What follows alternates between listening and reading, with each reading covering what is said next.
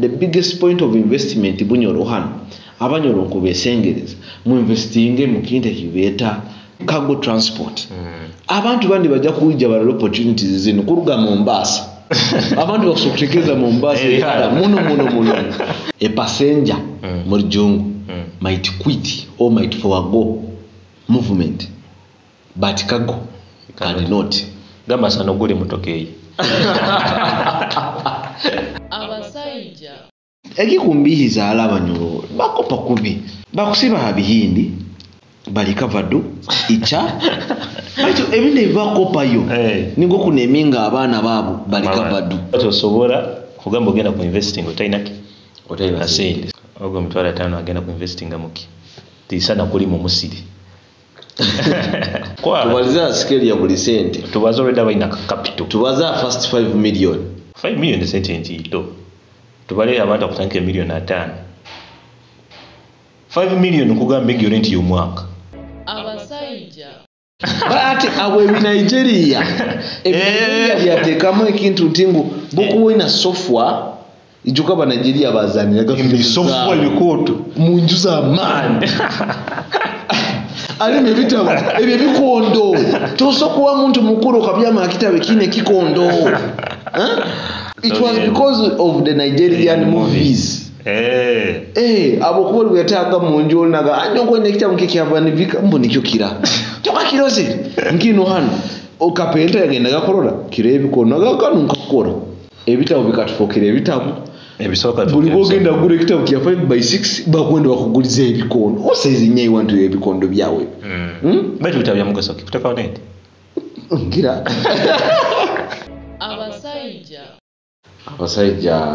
oyima hano tuina issue ya investment muno abantu bakugwera sente bona bakutunula kuteke sente mu kintu kim nosanga oli akwasire milioni za yezi bandize 5 nagamba hano ntagura itaka orundo linagamba nyowe nja kuombeka oburento bwange obudaboze so abantu bayinekizibu kya investment ya Hoima hano nja kubaliza scale ya Hoima abokuba niyo kwetegereza muno however much kuli hona tuli basari basire but abantu investment ya Hoima hano kyali muno abantu tibakwawukaniza kuteza sente no kwahura sente hati abakire kibakora bakwahura sente mukikaro kyokuteza mu sente zikakanya so twize hano entekanzeni kyalenko gonza tubazoho ebintu bimwe byabanyoro bakusobola kuteka mu sente kandi nibitere sente mukaro kyokwahura sente bidi yenu kwenda tukikole nitukolere myaka yona nitugamba abokuba omuntu ine myaka kienda tajja omulinga ajja kutegeza video yenu tajja kuba niyo ko mwana wa myaka 2 ati video tunagikora scale ya emyaka yona ate no video specifically genda ko abantu abagenda gigolwamu niba abantu already bayina sente zo ku investing okuba tosobola kugamba ogenda ku investing otayina sente so specifically ebyo kimyaka ekyo mining abantu bazikiteka kuko ojja kwesanga ola ine emitwala 5 ogo mitwala 5 agenda ku investing muki tisana kuli mu musiri teka engoko ezo zona zikufa mitwala 5 tigasa mitwala 5 sente ntitoka ati tubaliza scale ya buli sente tubaliza scale ya buli sente tubazo reda baina capital tubaza first 5 million niko tugende sente tuzongera 5 million ezo kuba egyo rent y'omwaka tubala first 5 million 5 million sente ntito tubale abantu akutanke million 5 5 million kugamba egyo rent y'omwaka yes basho tubanze tubale mu town tubanze tubalize a first 5 million abo kwa basigazi nobo bagenda ga kutoza loan okula ko mojo na gamba kubantunga ye milioni 5 kubantunga like sente zone zibakubaliza zile milioni 5 hata ulikuwa kutunga milioni 5 tebe kyakola milioni 5 akwate milioni 5 n'agenda mu kyalo kugura eitaka hati we nagibara nka investment but nayebwa principle ya money esente zisa n'obubi you have to multiply obubi buli bwobwahura bweyongera kolaki kununka so sente ezo zina kwikara nezikola tizina kubyama kisano omulwaire the more omuntu bwawa bedridden the more ayongera kubakubi hati nosanga kyala kwasire milioni za 5 nokwewura kuli mu runda abasakazi bagenda gani bewura sente hano genda gula itaka nindola ningamba ono nyumba sange mbatere kiboko tosobora kuba musigazi and omuntu akugonza sente omuntu akumanya business and ukagenda gula itaka orundo kombeka rentals why nikyo tubalizoga kirekyo kubyamisa sente ntingo omusigazi ya myaka yawo 25 busawo kintu kyona ekikustopinga kutandika kulemesa ku multiple kuteza sente than kubanza kuzahura nkabazeyi omuzeyi saa zino nkayisenyewa kwasirege milioni 5 akagamba agenda kuombeka oburentals ababila njagamba it is okay muzeyi yombeka habokuba hati working time ekozereki ekehere hati hala point eno agenda kutandika agenda kutandika ekintu ekibakora living the reality ekibeta the 5 basic needs of man ntingu timfireyo ndirenda baito nkozereki ndire timfireyo but nko musigazi nkayiwe tosokwata emilioni zawo 5 okagamba kanziteke mu rento hali hati rento kandi niyo kutandika korora ngera yombe kendi tukibazo financially rento hati kavuga mote sente mu rento financially you need land first of all woko time kyetegereza unity munana tubale unity mukaga ozombekereze hoire weze hoire kikumanyisa we have to first recover sente izagiombekere ati wali olwakaka kufuna sente nategeza tangefuna magoba bwana zero mpangisa sasa sui wala 10 yegi na bwana udeka mu sente you have to recover the initial cost payback period oja kwesanga payback period yawe etwaire emyaka 10 within emyaka 10 ekyombeko kikozereke kidepreciating atogenda kuhenga konda kwiha yo sente ezo ogenda kusanga kandi netaga ki servicing again kigara buhia kwa myaka ekube genzere okusanga kakati atina burento muno kusanga otimanyo bakitekira abanibo bomakore rento zo mpoimamo edabo zawe mazona zisana zino bustowa hera akastowa hero abakantu bakora bintu akanya kwesa kebebebe times change oja kwesanga nenteke gyotaira hamitwale 2 mu myaka 10 abantu nakweze mitwale 5 because oja kwesanga nanka ehindukire architectural designs ehindukire yo ka planning yo bwire toboine mu maiso test zihindukire kandi baba kutwaraga bana aheru sango mwana mutwalira kusomera aheru agarukire are exposed abo inoho rede kuri ngo bombeka apartments amaju atina jana asanga ya buju wino store nibanga burara so ni kwetinga demand abageza abada abaraba hemyaka egyo bakole mo improved and better housing kandi no sangeza abo sente zo wateire mutizirugireyo Alex agati sanga basaide kinyagenze kuungiramo engajani yani bona ekikunirize emilyango 10 miliyoni ya doubles bona bahuru hati this is it abo tukuwaza reality bona bali bahuru umaidawo egramo ekishika hagati so dabo ni era ebeta dabo kuno ebeta dabo ni actually single bedroom eyibeta double hoima niyo single bedroom kuno with na living room hati ekisika ekyo iwe kugenda kurula TV aina kuanza kuimuka kuno akingule kisika agenda ruleke TV bakubona inda kunaba aina kukingura ruige rukubanza noruwa kyogero ali single hoimano nyamugamba nakayuwe okawuta kusobola kutoza studio ekinde kibeta studio apartment nanka studio room hoimano tizo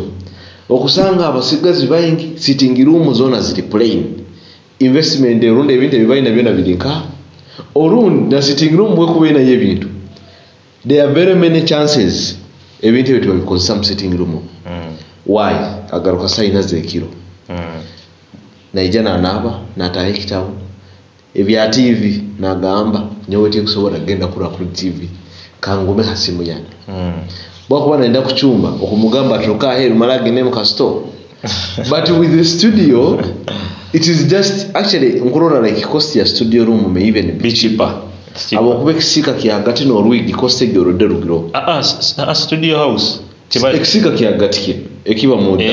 kirugiro no ruigo tebana kisika then akandiba ile kachumbiro ka heru nkaba kachumbiro ko monde oteiro obuteka osinki habukwatu kwa shominga omuntu agenda kuja mu studio apartment and tagenda kusamakara so to want to manya either ajakosa kerosene orundi gas orunda amasanyarazi so noteka osinki hali so no yesanga akachumbira kandi genzera magaruka hero space already ogikozire munda kono then ekyogero okinyeseze orundi na space egirundi yafoka wardrobe munda kono mu kijuku then veranda nyoti dola mugasuka veranda on a single house goroho sakwenda kuikala goroho yes tinyange yani okusanga kana abani wengo bokekere tanya na compound nasa nosanga gwetunulire mu buti okubano kyaturu koti no gwa he obalo yaturu koti bitambo bibiri no gwa neighbor wawe enjunge muzirugero cyane so investment kigaruka yo hali onya kubanza oyihe sente za yombekere abantu bege kumanya ekintu kuteza sente kwahura sente amyaka yawo amyaka 30 ekikombeke sente yo kurara mukiki tikiro akato ina business kun kuleta sente sente zono genda ziteka mu liability enju mu myaka ebiri epete betanike kuoho gamba vali yegwe ogenda kusaba loan musajja okateka mu million 10 mu yako gamba manyi tukweza million 3 alone ababa soktaika bakuzo mali soktaika atikinira bakweza abiri aorundi kandi babazi barozere bagamba gamba kagenda mu kyaro kunyasanga yo muzeyi aina yekazi nka 10 zeitaka baita taini mitwale 5 musa ekinde ekyo na kulekia he has assets aina asset muitaka baitu asset te kuleta sente aba omanyire kiro kimukani kusobora aho ekinte kyabayin kigamba abantu mu business bakuteka muga emotions kukira kuteka mu logic abagurusi bali bayingi muno mu kyaro kwa abagaiga ataina mtwari 10 bakubona inde mtwari 10 aina kwefereza kutunda ekintu ekimilioni emu ni watu nge mtwari 10 nkaki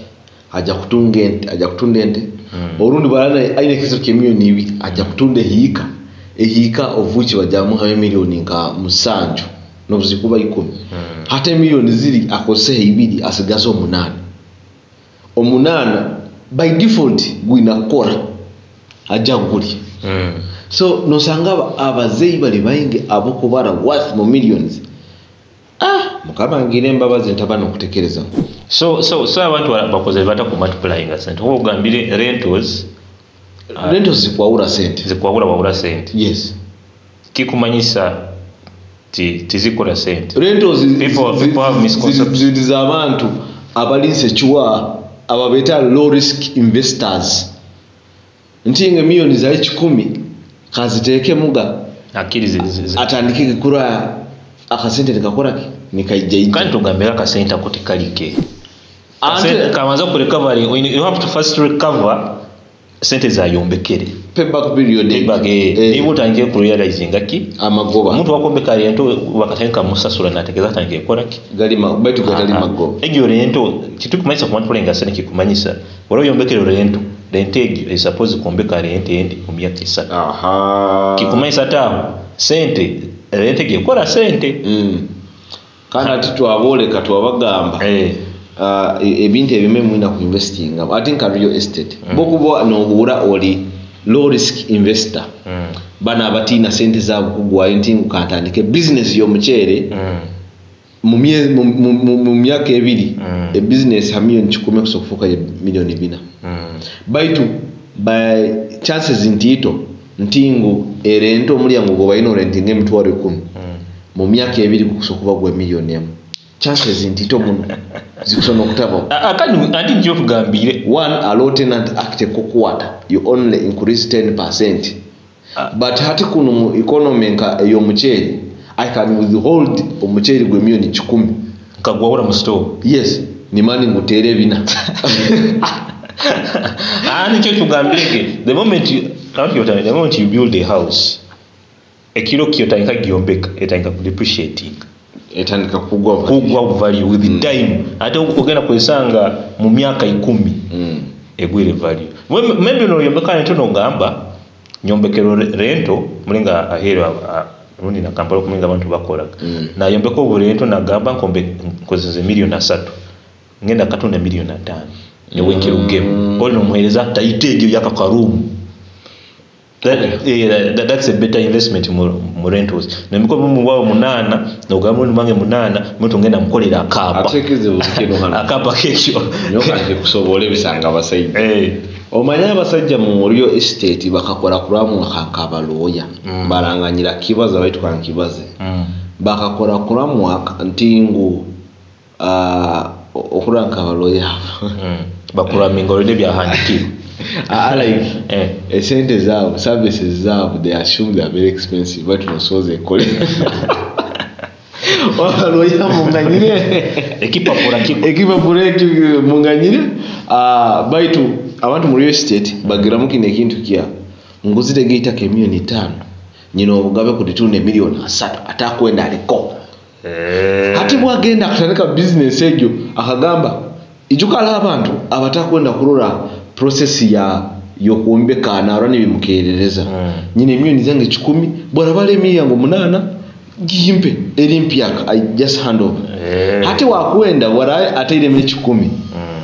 ajagaruka ahera kutoza customer wa milioni 5 okagenda bule mwaho karura abantu abawe obo basechiwaringire itaka ne bateka milioni 6 ebipande babamala babyeta tukulire bule mwao eitaka tukulimanya omwendo gwale iyo kujja kutugabe milioni 2 eyika 2 na value for money at for example kagame muhoyi kagame mutarugira he aina emitwala 2 ga dollar which real estate can he buy or can she buy oy man tero tituina real estate for kana hata abantu tubagamba hano ntinga abantu nye mu kutekereza abantu baliho imahano baita abantu baina sente enye moja kutekereza just because kino kiaro bakimanya statistic people have money no convince so that need ni kirwange tugamba amuntu tagenda kujja hoima kutoza international school already terim already baiti wogiyombekerege a person can fly omwana wekuruga Kampala akanyonya akaja anasomera umwana basajja abantu bakakoleka I give an example ya Purple Party omuntu ali willing kugenda omumwanya kumara dakika 10 amtwala 35 kikumanyisa then amasomero garozere buli mwaka gakutwala abana mubika rumanya Didis World manya kanka manya what beach kikumanyisa ebintu bino hoyi mahano abantu tubaire tubesettingire ku runginka abanyoro mukakola ka amusement park ekaba bunyoro kiboga teriyo ankole teriyo bakwawe nagisanga nka that is more revenue here anti kitandikira a demand, maybe it's demand is akubetalo demand Yeah. no, but you create the demand. Facebook ekawe na demand yo ekagikuratingira gana amasimu ga iPhone. People were contented bamanyire saa kora anti bumanye ndakuhandike baruhangi twara post office oli yakore smartphone email ebya post office byeganyire esaha era abantu stating kuba blaming handi. People are not exposed. We are not blaming any person. Investments zino zetukora okuzire norora hakiaro kyawe omuntu akombeka rento muzeyi wawe na wayombekero rento naiwe you'll be inspired when afuna sente ombeka rento. So amasimu gano wundi kali tugakozese okukola internet osa utafuna sente zigenda here baito okuba no searching at least for anything to keep inspiring. Alo business yinkugonza kugamba abanyoro nti ngo munyoro we na sente kora business yenu kandi video yenu nkunira niyo walikozesa ka reference omuntu wenu na sente kora ekinde kibeta consolidation center habo kuba logistics Muhoima and Bunyoro region zigena nizeyongera bantu bayingile kamba example titu bantu bayingi tuina industrial area ya Kiriatete titugenda gikozesa osanga balesere omucheri efuso ne maraheru ebiro bitano abo kuba tibaina na offloading amucheri guteka ya demukioma kuno there is no storage point. Then tukurura oil companies zino kikumaisa logistics service providers bagenda kweyongera mu bwingi amakuru baja kwetanga a point of kubanza kwa ule ebintu orundi kubihumuliza warehouse. Yes, gama na bimotoka tubirora birara hero so tituina a consolidation center Bunyoro hano airport ngigi already bakagamba yakago amakuru muntu ogezi wena tonure kinte kibeta kago kankugambire why you must look on kago mu covid abantu batali bate but kago was moving alekinde kina gamba Banyoro boje ndero bali gamba basajja mpunga atabebi where to invest by the way omuntu nondosa kuturuya instead of transporting people you focus on cargo for companies like DHL companies za cargo kankusobole company ya why omuntu otaina ku investing mu company ya passenger transport why bule ira abantu bali bataga kugenda mu bikaro abako bakabataina masimu bwakuba nagenda kulolo omuntu we waraga buru omugenyi nakuhikawo tibaina simu saazi nokono nda kula mama ezo ja muterera Facebook live okolena video call like that allow that point of missing each other always it is that gap ego esimikana nekora kinegi bridging gamba ijyo usani tu inege wa mama wape Mother's Day two abantu bagenda gakubika UBC radio stations zitalo nyingi baito hati kubika kukutwala seconds zinga nekiranga radio kusokutakietagisa abantu bagenda gakusubura biro bine esimu emu okukasoka connectinga n'omuguzi gamba supplier kikumanyisa sente okusozimuha n'esimu na order nogimuha nabiteeka kifuso nabireta Hoima abantu bagenda ku applying emirimu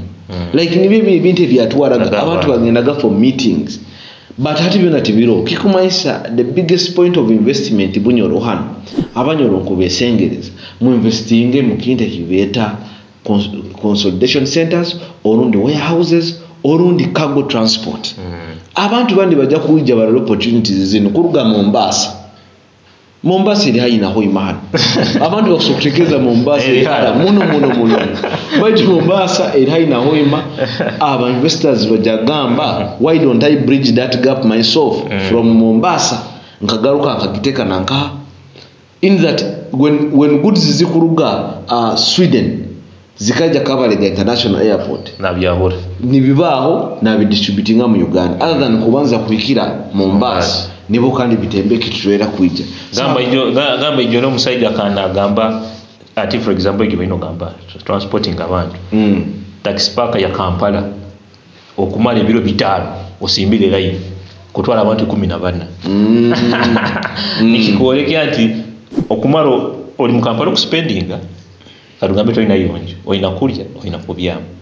kumala wiki yo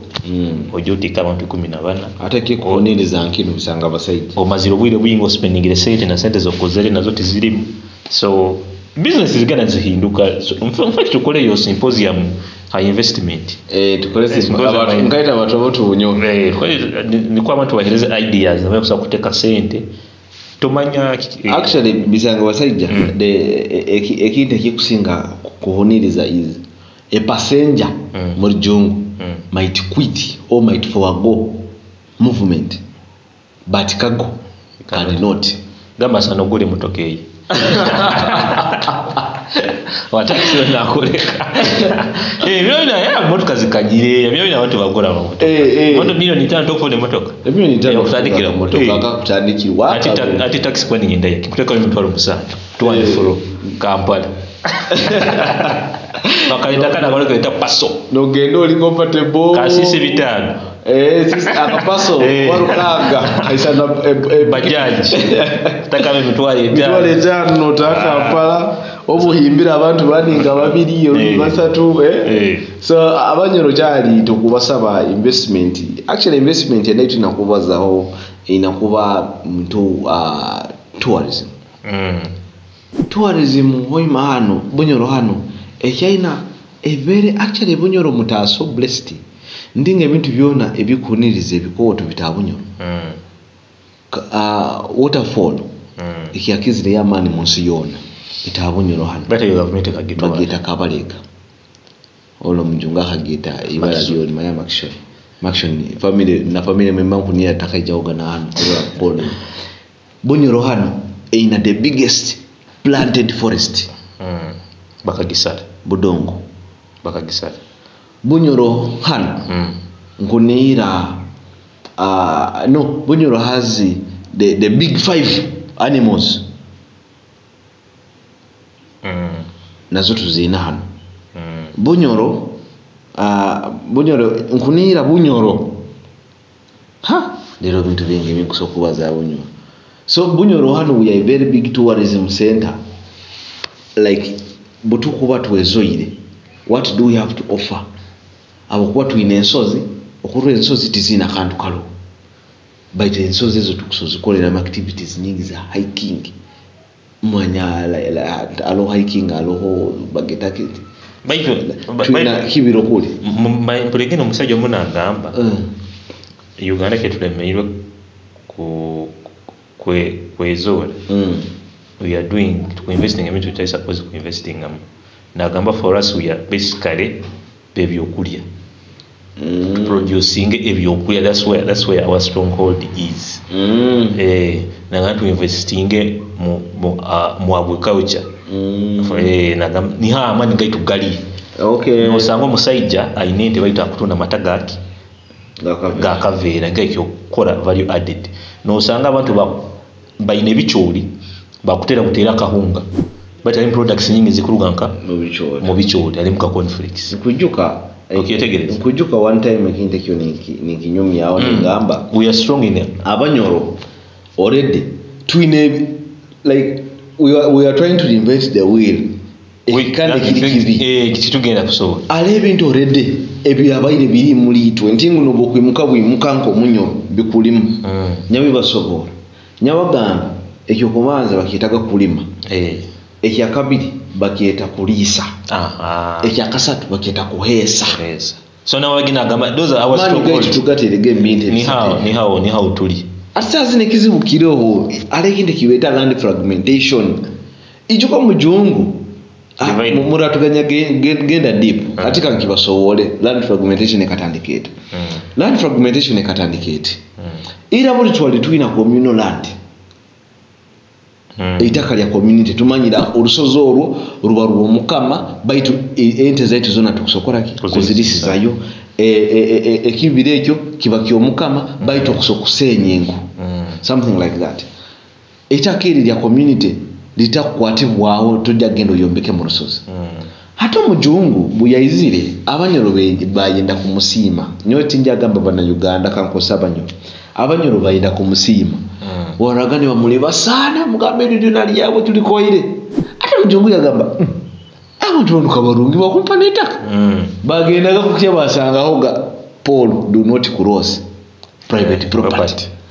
abanyoro da ekandi omundu otwayiritaka kutoka na kulisizame so culture yagenda nekura abantu bayaburuka amaiso gamba eitaka lino kikumanyisa nkusukulitunda nkusukuli owninga nkanyowe like likafoka hati private property bitakyali bile ebya kuli bwaraje kirwaire ndafuruka njagenda buseruka njakusanga yitaka kikumanyisa bungenda buseruka nkekwata itaka ngabyara emiti ngaja kigorobya nkekwatayo nkusokuba obuguda now that was the biggest problem ne problem ene ekaba abajungu bayizire ijuka twalivinga it was a communal basajja mpongoza iro mwana oyina itaka lyawo omwana wawe muka kyogenda nayo kandi kutandika kutoza itaka lyogura wa mugambaga nkuhaire hali yombeka hoki enju yawo kyetegereza so omujungu akola divide and rule kwaka amanye mpa mweteranize kintu kimu so nikyokurayira buli wasanga go musajja initaka baita abantu bona niwekanaka nikono watatonda itaka baita atina ibaha okwenda kweyawukaniza atogenda gendaka that means kia forcing abantu kaika ku divide ngaki basajja mpungo wanyolugireyo nyina itaka nyonja kuguzaho hano 5x5 so mujungu akoze kigambo divide and rule ila muri wa masala go omwana wera namugamba nkwire hali yombeka henju ya notanke utandikira baitu tuli suppose kutunda nogo mwana warazaro mwana na manyali naitaka wankani ndora mu documentary seja na gamba this land has been our family for over 10 generations atekizibe kitu ina hano sanga wasajje kindi is abantu kulivinga not making a homestead ayikai 10 you are supposed to have 1 acre for a homestead kukora basajja mpungu village omujukura alaha kajuka like kala abakoti mukusobora kuombeka enjoyment koto so instead of building homesteads oli bamugambaga yayi bagenda kuli ho nawe enju nagiteka kuli like hatino isanga there has been a very big division instead of kubatwa abagana homestead abahidi kibayina homestead hatino neira itaka lindi yuna nidiba family chonga family gikara of course you will not business oja kukozesa yika munana zona hati tukozeseki aba fair use ngamba ira buli yahoga family business mwa muri bahesi inywe ngugu muri mugenda kuhesa itakeri mukwesa iro sose nizo zimu omujukura hese nayo hese ebibakora ebintu bineki ekino kintabura kino bitanga basayite bintu bino megenda kwa bibazaho but ekikumbihiza alabanyoro bakopa kubi kandi inspiration ni bazihana mbali bakopera ota bakusiba habihindi bali kavadu icha baito ebinde bakopa yo ningo kuneminga abana babo bali kavadu mukaro kyokopa yo ntingu abantu bano bayikara munji wemu bayikara munji wonze banyina sente bati kakalina yes bona bayikara mukalina abantu bano atinka ndrebwe gahali ekyo mekikutera bagaigahara bojo bantu nye tikisono kubaka emiliyoni 3 ekyo mekikore sefulia ekyo mekikore bijiko ekyo mekikore sohani ngamba musajja makanda ngamba asu nambala sola sola pan agisola mu family takwesa factory family gekola sola pan family yes nagamba mu bisindike misoro nagamba ndio kitini wamukolera sola pan na battery niwe muletera hati Netherlands abonye lugenda Netherlands zo toze family ja kusanga yo solar panels enongi at a good price genda India baja kusupplyinga with the plastic enongi branding materials enongi obuvera India will supply you with the amasohana marungi genda China genda Japan o Korea oja kuya yo emisyo stainless steel enongi oja kuya ine bakule enongi bawels za clay enongi genda America ekikuniriza kino genda America bajja kusubuza engano amuhendo mulungi kandi engano ekirungi high quality. Yes. Genda Britain orundi England ojja kuyemba heno ate yabuze actually muti gonyebere ibara bali mutoko guba China gumachiwalingira myaka 10 batu wakia quality China supply yemitego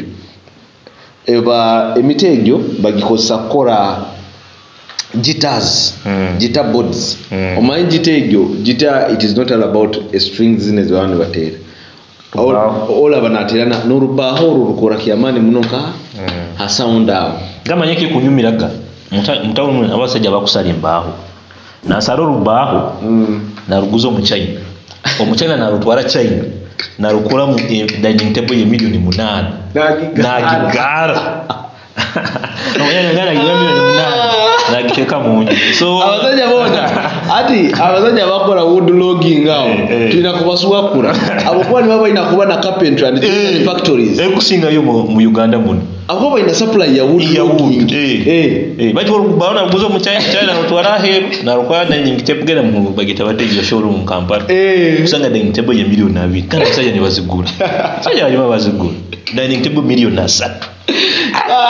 tamanyo rubaho karugana batanikire kwizire bisate byaite byembuzi ebirungi nayo babisubu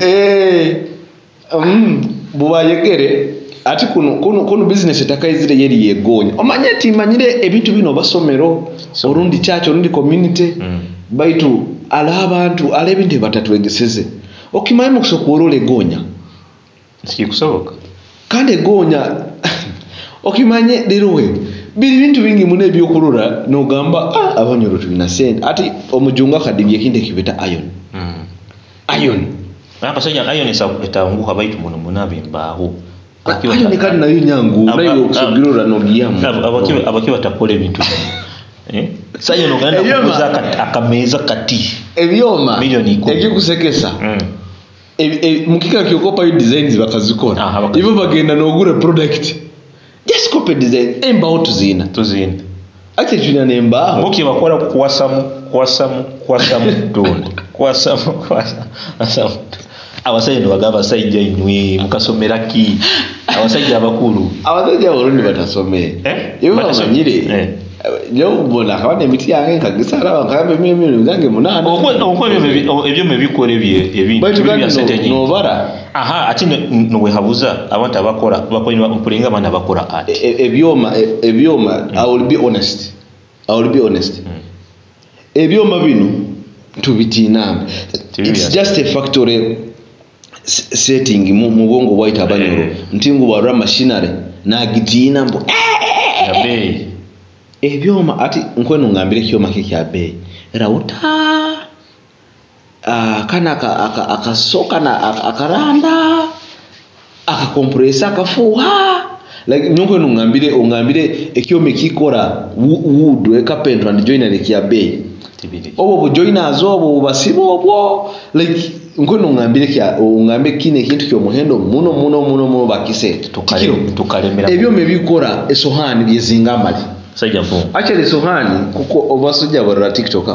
akwata ibumba nateka akakwezigoza kala kamota na shaping ibumba nilioma ekyamani munedi furnace enakitanu ovuche tanuru bojonya abanyoro mumanyire kora matafari tukalemera bitebe biri ebisofa abaye bakozere bitebe emyaka n'emyaka nyobulijo wawe kazanga ebisofa ebyo iwe manyamunda mu mutima nkuseka tijja kwanga kuikana abatu asibita kigaruka hali ababikora nicyo tugambege nibyo nkabakora kimwe ngatukora mu ekizibu nkinu ngugambirege bisanga abasajja nambale ekizibu kiri atahe ebere big media problem ekizibu kya media kyamani muno ota abasajja bana bokorora bakaba bakozire entebe omanye kiwete entebe nungi nizo zinezeira zirezo abaguga kuteka mumbe bisako ezo sanga mu lounge ezenungezo presidential suites no sanga batide mentebe zebisage ezo kuteka mumbe bisako so ni kagire ati awe bi Nigeria yateka mu kintu ntingu bokuwe na software ijuka ba Nigeria bazanira software likoto munjuza man alima ebitabo ebyo bikondo kyosokuwa muntu mukulu okabyama akitabo kine kikondo ebitabo ebikondo ebyo birolo. You don't tell me it was because of the Nigerian movies. Abokuba bwetaaga mu nju naga anyongo nekita mukikyava nivika mbo nikyo kira toka kiroze nkino hano okapenta yagenda gakolola kire ebikono gakanu nkakora ebitabo bikatufokera ebitabo ebisoka buli bogenda gure ekitabo kya 5x bakwenda bakuguliza ebikono osaizi nyai wantu ebikondo byawe bali bitabya mugaso kutaka onete ngira so tujja kwa symposium ya investment abantu tubasomese abantu bamanye muna bana bembaano abakumbihiza abemba atabebumba abahesi bona ate ali abantu abaina art but timanyire ati ngwena kukoleka kintu kino ekikumbiza bitanga basajja nkene okusanga omuntu aina esefuliya zaizi eziweta mu steel ezo hati bwine esefuliya za stainless steel kyonka naenda ati obwiri okusikira dadizi omwana olonde kusika obunyobwa buye kulungi butasirira olonde ekitooke natoze kiguduliya ekiguduliya ohakikola lokoman omuhesi hati itabanyoro tukalema ku modernizinga kiguduliye ebintu ebyaitu twagurukira modernity y'abandi. Why? Ijuka all these were political moves. Ebintu ebimutinda bisobola abantu bakabetegeza mu second em. Abajungu bakabaina political moves zokudibya omunyo gwaitu. Abajungu bakakola political move yokudibya ibumba lyaitu. Abajungu bakakola political move kutunda steel. Badibya iron nikyo orani bakugamba iron ejo there is a lot of iron in Uganda, we cannot mine it. Mining costs zira higuru than the final product. But a local man here ayona gisanga busa akujuguta bujuguta na atunde kiguduliye ebitwale sana. What is his production cost? But bikuliyo yokolera hano muhimu. Abo isi no bikona. But na frying pan tokazuruze zibatandikire ko. Kandi kiguduliye ekyo tikisiriza. Kikara. Tikisiriza. Kandi kikaro wile burayi. Kikarwire kandi ate wakara bigudule binge byatikiro olunde bifumuki bati nyo kutekeza kigaruka ye hali ya bati omusajja kuguliza aluminium olunde steel akozere abokuba taku mining aluminium nka mu Uganda bajagi amanya Frankfurt bati kigaruka ye hali kutekeza it's the education system na masomero tibakwegesa abana to think for themselves bakubegesa nicyo kintu kyahandikirwe John Speaker kajja mu Uganda yaraba hano yayika hano nikyekyo so mwana wakuruga mu isomero kandi ne batabagambira na manano iso ni bagibaza ku ndingu John Speaker akaita bakule kaita details ezimu so no sang together kigaru ko hali system eno yona I think it will take us a long time but already etandikire tandikire nita abasajja movement etandikire no musajja wena ali yakwenda kubaza ensonga ekisajja ija active platform obaze just active obaze ensonga ekisajja manyi ina issues nyingi abanyoro hano so nkutekereza innovation nkyo malinga mo kusanga musigaza kusalimba hakora but he cannot think of adding value bakutekereza hanza ano manyi ukadinga oyika ukutandika ukwadinga value abantu bahereza milimo owa atom hayira milimo amanye kosa akyomu muhayira milimo no wenduka nayo mwana wawe nayo arayogera nsoro nayo nyino mwana wawe omuhayiro mulimo manage aje kufuka manage supervisor actually okuba alekende kiweta supply chain obo increasing ijo kasazino wa logging osaziro logging okasazire okatika transportation okangira bayatoli ojja kutekamu wa treatment aina footing embaho ojja kutekamu concept design art like that so nkutekeza kigaruka tuinakuta oba tutandike onanka course tugitundeke kwegesa ebintu bino innovation oba course ya innovation nenyo ngonia ni tuteka bunyoro university itenka aba bunyoro colleges government wetaikirize tugitunde to designing course ya innovation subscription ni mtware tano Question kityono. Ate kizo kitwina innovation bakwenda applying mu bijuweka nambale tayina kukola nkanka. In Uganda here tosogamba omwana wa asomeraga kutandika ku developing app kumala ebizu bya bana Uganda. Is applying a wrong medicine ne hamulwayo mufu. Yes. Kikisana agamba okuleta safe border hoima. Ejja kutwala abantu 10 gamba KFC singetaizire.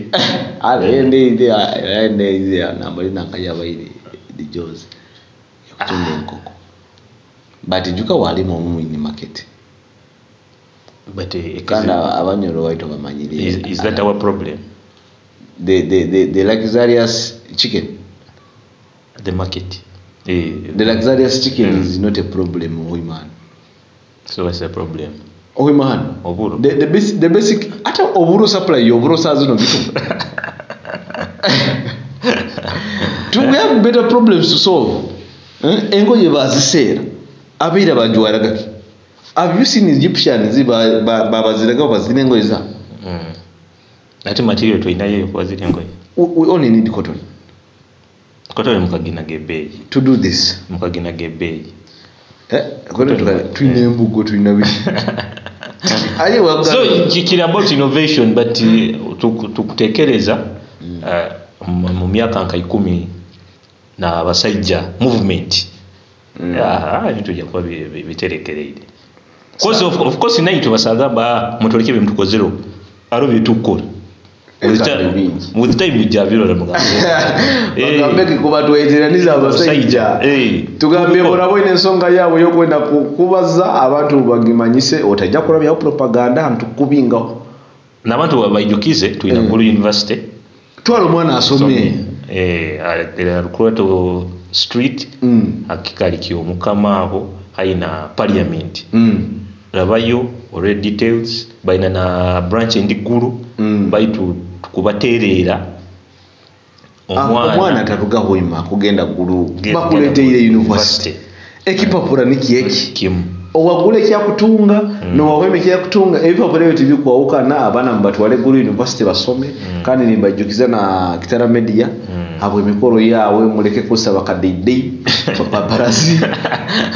tunge kisisa nikikwasire Kitara Media ni yina abantu bayino buzibu abantu photography and videography niyo basembyayo last minute siyama niona ijuka ati bili bintu bisatu byina kulombeza kwa nokoro mukoro ekyokubanza videography photography ebyokulya na security enti abantu bakusokulya bataikalire Bado udagena kudera abantu bage videography naenda ja kweze mitwala abiri bantu inywe sabanyoro mwege ku booking akara photography na videography njoki na kwanza list hali nkabagambe kisinga kumbiza halabanyoro kilichana boja bayine ebyome birunge bya videography muhimu bakutunga minimo nyingi Kampala na Mbarara kukiranka Rona abantu tukumanyire nti mulimu kwa Kampala kukingirata abantu rundi bakore millimeter etaterekere rega ne Kampala ni wakuwete gamba ni wina kweralihira munakurura ngo omukia ukietegere so Kitara Media tera namba yesimu 0 misanje 3 kienda na musanju ine mironde 3 mukaga era screen now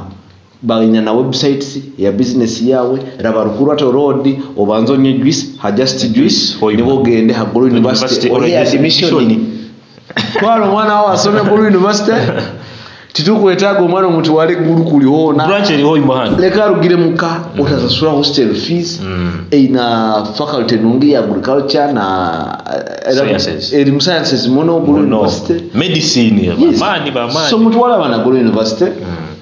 naite mwebale kutugonza abasajja bulali yoko na ina kutweteranizaho ija atekaniza obaze ensonga yawe as long as burauta kurabya propaganda kandi tugira kiboko omuntu umatu inviting tukolere ha amanya amatu waina obwikalo bulungi tusaba kujja tukolera abantu tubamanyisa business yawe niko okwagana maraka ga kwika hayingi baitu of course akubaho aka kachaji kabasajja kuli bata sajja tebali batira bakwende byabusa bakwende byabusa baitu nibyebyo katunihire bintu kubaza bikuhindura intekereza muno tukora ha ntekereza tujja kugaruka tubasobole investment ezindi kyale tugonze muno kubaza haitaka ha rentozi na ha endebaireki embaabo abakole basemba abembaabo then ebintu bitwinakora nka abanyoro ebisate bikutandikirwaho kulima kulisa no kuhesa mukama balindi Kitara TV kwegesa kumanyisa